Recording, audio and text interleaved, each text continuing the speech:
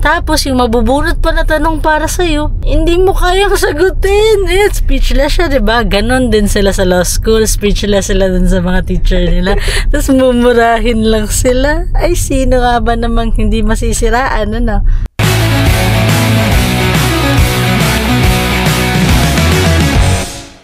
This video is a little bit different because a school guidance counselor with 10 years of experience asked me what are the struggles of law students. And she gave me a few pieces of advice that will help you survive law school.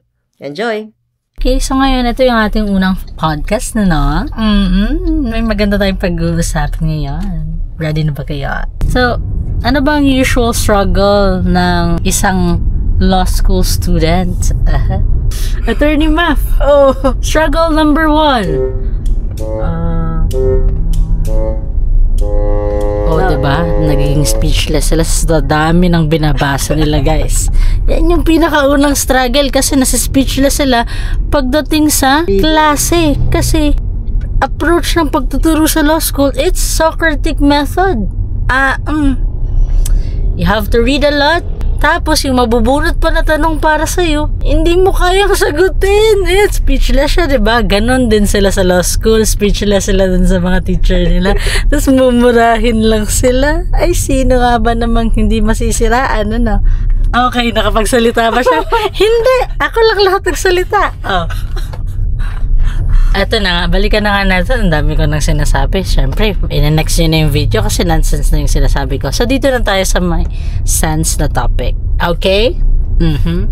So, balikan natin yung tanong, Attorney Math. Ano ba yung number 1 struggle ng isang law school student? Walang time sa sarili.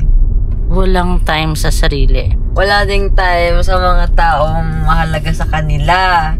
Wala ding time. Naririnig nyo naman, bakit ko yun na-echo? Echolalia? Walang time sa sarili. Mahirap yun kapag wala kang time sa sarili mo. At wala kang time to connect to other people. Why po? So you feel isolated. You have this feeling of alienation. You feel like you're missing a lot. Ano pa? Laging puyat. Late na natapos yung class, tapos after ng class mag-aaral pa usually. So sira lagi yung body clock. Ano ang remedy as our resident guidance counselor? RGC, remedy to overcome those struggles? Number 1, walang time sa sarili. Number 2, sira lagi yung body clock. Well Well, it's not forever, man. Diba? I think you just really have to endure it.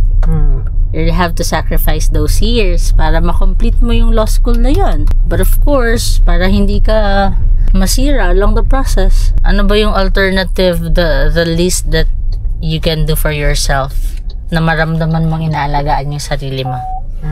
Maybe you can have a good coffee in the morning. Diba? Wag naman yung walang tulog, no? Kasi hindi rin papasok sa brain mo yung inaaral mo kapag wala kang tulog. Sleep is essential to strengthen your memory. It's true. At nangyayari lang yan during REM sleep. Yung deep sleep. So kung hindi deep yung sleep mo, hindi mo strengthen yung memory mo. And maybe you can set once a week 30-minute talk, maybe 1 hour talk to your friends. Yeah. Diba? I think it's important to make time, really. Yeah, it's part of the schedule. Yeah. It should be part of the schedule.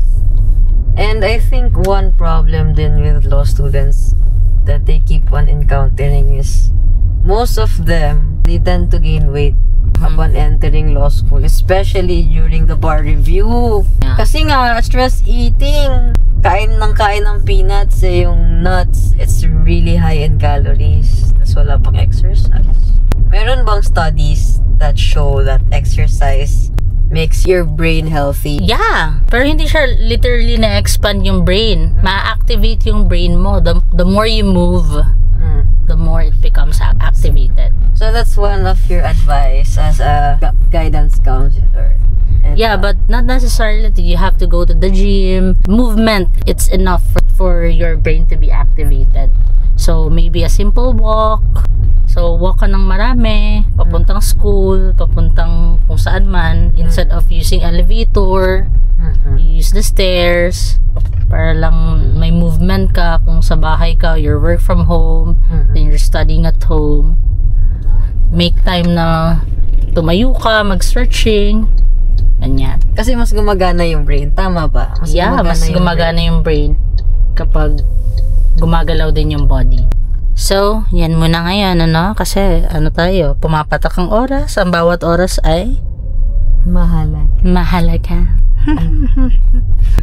Ano yung outro ni Kuya Kim?